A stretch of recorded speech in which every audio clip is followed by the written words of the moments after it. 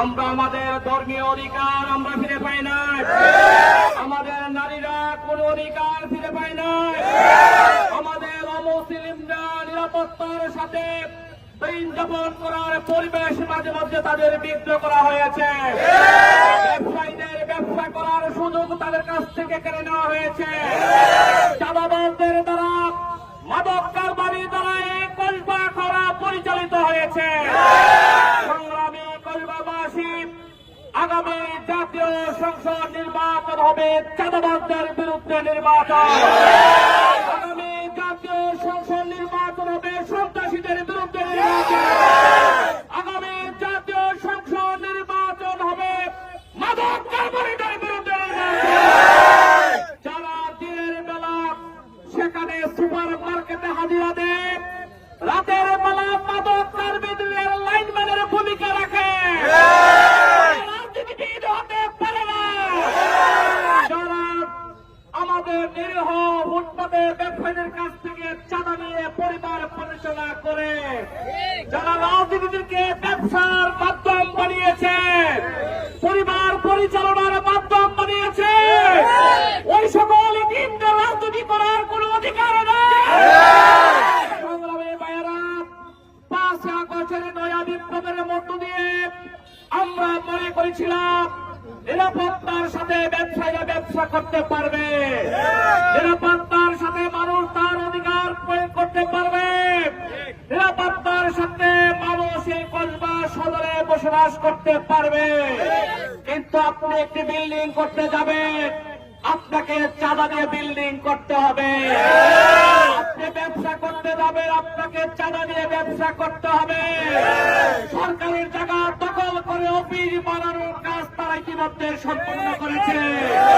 বিভিন্ন শিক্ষা প্রতিষ্ঠানের শিক্ষকদেরকে এদেশের যারা এদেশের মানুষের করার জন্য কাজ করে তাদেরকে সুপার মার্কেটে হাজিরা দেওয়া করতে তারা বাধ্য করছে।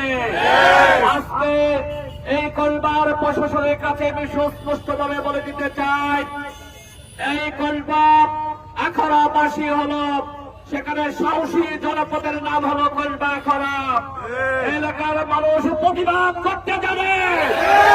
এলাকার মানুষ দেখেছে 94 সালে যখন ইসলামী ছাত্র শিবিরের মিছিলে হামলা হয়েছিল, ইসলামী ছাত্র শিবিরের ছাত্র দলকে নিয়ে কিভাবে প্রতিরোধ করে চলেছিল।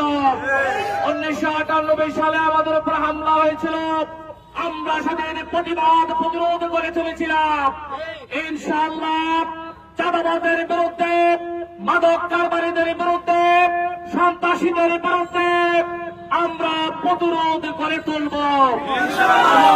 প্রশাসনের কাছে বলবো, অবিলম্বে চাঁদাবাজি বন্ধ করতে হবে, ব্যবসায়ীদের ব্যবসা করার সুযোগ করে দিতে হবে, হিন্দুদের সম্পত্তি যারা দখল করেছে তাদেরকে অবিলম্বে গ্রেপ্তার করতে হবে, মানুষের সম্পত্তি যারা দখল করেছে তাদেরকে গ্রেপ্তার করতে হবে।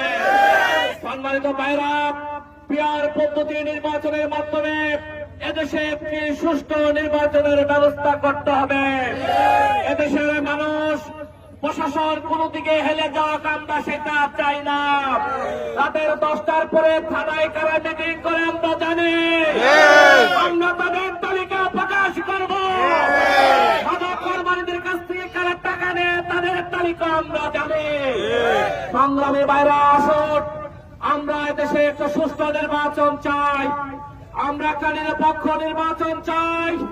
আমরা 1.5 সহস্রাধিক শহীদের রক্ত বেদায় ময়দানে কারচুপি নির্বাচন করতে দেব না।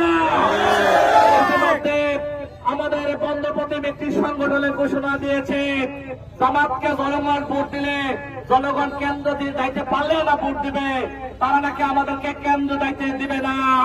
আমি আপনাদেরকে জানতে চাই, বাঁশের কেল্লা তিতুমের করে তুলেছিল, আপনাদের বাড়িতে বাস আছে কিনা? আপনাদেরকে প্রত্যেকটা কেন্দ্র আপনাদেরকে বাস তৈরি করতে হবে, বাস রেডি করতে হবে। যেখানে চাঁদাবাজ সন্ত্রাসী, যেখানে ভোট চোর, তাদেরকে প্রতিরোধ করতে হবে।